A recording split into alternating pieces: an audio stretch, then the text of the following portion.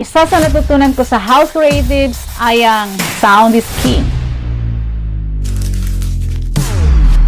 Sa mga hindi po nakakaalam, Real Talk Darbs and his team House Creative PH or House Creative Philippines ay nagsasagawa ng Content Mastery Seminar or Bootcamp na ang layunin ay makatulong sa mga aspiring content creator na makagawa or mag-level up ang kanilang mga content. And sa mga business owner, makagawa ng mga videos na tatatak sa kanilang mga consumer.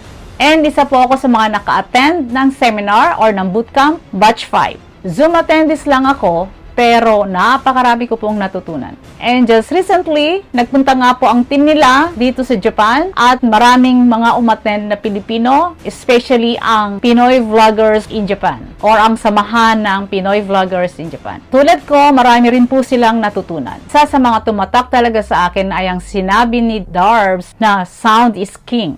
Yes, you heard it right. Kailangan talagang mag-invest sa sound. As of now, I'm recording this. I am using mic. And listen to this if I don't use mic. So, how is it, guys? Napansin nyo ba ang pagbabago? Or mas gusto nyo yung kanina? O yun nga po, eto ngayon may mic na ako. So, maganda pa pakinggan. Share ko lang sa inyo. Ito po ang aking gamit.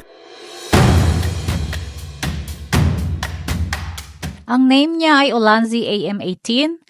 Pwede po siya sa laptop or Android and iPhones. And pwede rin po siya sa mga cameras nyo.